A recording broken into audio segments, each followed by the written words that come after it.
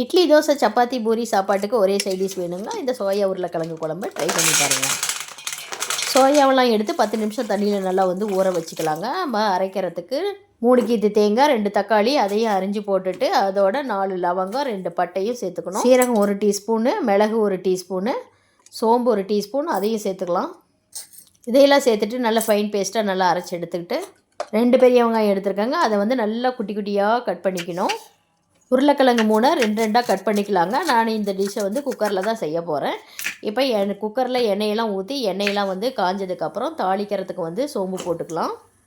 Cut பண்ண வெங்காயத்தை போட்டு அது நல்லா வணங்குறதுக்கு உப்பு போட்டுக்கலாங்க. அப்போ தான் சீக்கிரமாக வெங்காயம் வணங்கும். கருவேப்பிலை சேர்த்துக்கலாம்.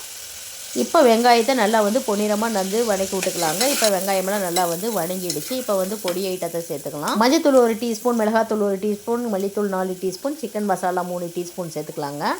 எண்ணெயிலேயே வதக்கினா தான் மசாலாலாம் நல்லா வாசனையாக இருக்கும். மசாலாவோட பச்சை வாசனையெல்லாம் போனதுக்கப்புறம் இஞ்சி, பூண்டு, பட்டை, லவங்கம் பேஸ்ட்டை போட்டு அதையும் நல்லா வதக்கி அதோட பச்சை வாசனையெல்லாம் போனதுக்கப்புறம் நல்லா கழுவி சுத்தம் பண்ண சோயாவை சேர்த்துக்கலாம். சோயாவெல்லாம் சேர்த்துட்டு கட் பண்ணி வச்சா உருளைக்கிழங்கு சேர்த்துறேன். சோயாவையும் உருளைக்கிழங்கையும் நல்லா இந்த பொடியில் நல்லா படுற மாதிரி கிளறி விடணும்.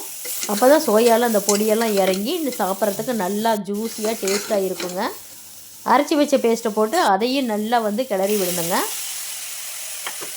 இப்போ எல்லாத்தையும் நல்லா கிளறி விட்டாச்சு. இப்போ தேவையான அளவு தண்ணி ஊற்றிக்கலாங்க.